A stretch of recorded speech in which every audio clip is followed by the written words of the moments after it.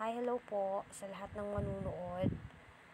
Bali ngayong araw na to, ngayong hapon na to, araw ng panunungkit ng mangga. Ayan na yung mga kasama ko. On the go na sila sa panunungkit. And then ayan yung kapatid ko na stress siya niyan ng oras na yan dahil mabigat yung panungkit tapos ako wala man lang ambag kundi mag-video.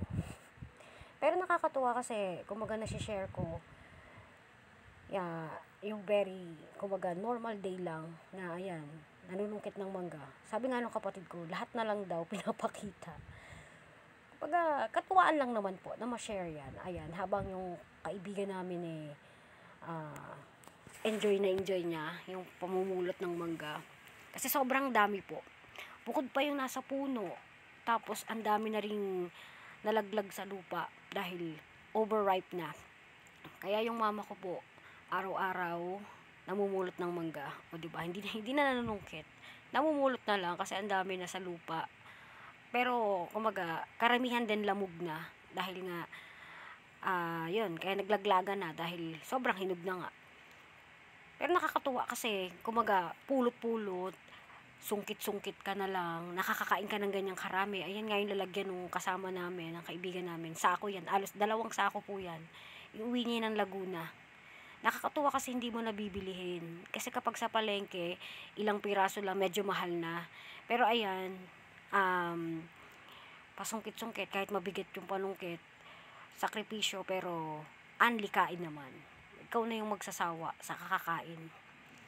Nakakatuwa lang din. Kitang-kita yung pag-ulan ng mga bunga. Sobrang pagpapala siya kasi makakakain ka na ng hindi ka bibili, tsaka ang dami na ibabahagi pa po namin sa mga kaibigan na syempre po maraming taong mahilig sa mangga. Nakakatuwa kasi libre na, hindi ka na bibili, ikaw na yung magsasawa sa kakakain. Kahit mabigat ang panungkit, tuwang-tuwa yung friend namin dahil ang dami, diba?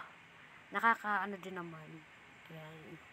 Kahit mainit, carry lang, at least makakakain ka ng mangga, diba? Nasistress sila sa akin dahil video lang ako, wala akong ambag.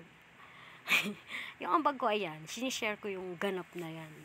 Nakakatuwa lang kasi buhay probinsya, talagang dama mo yung difference niya apart from the city. Tama ba yun?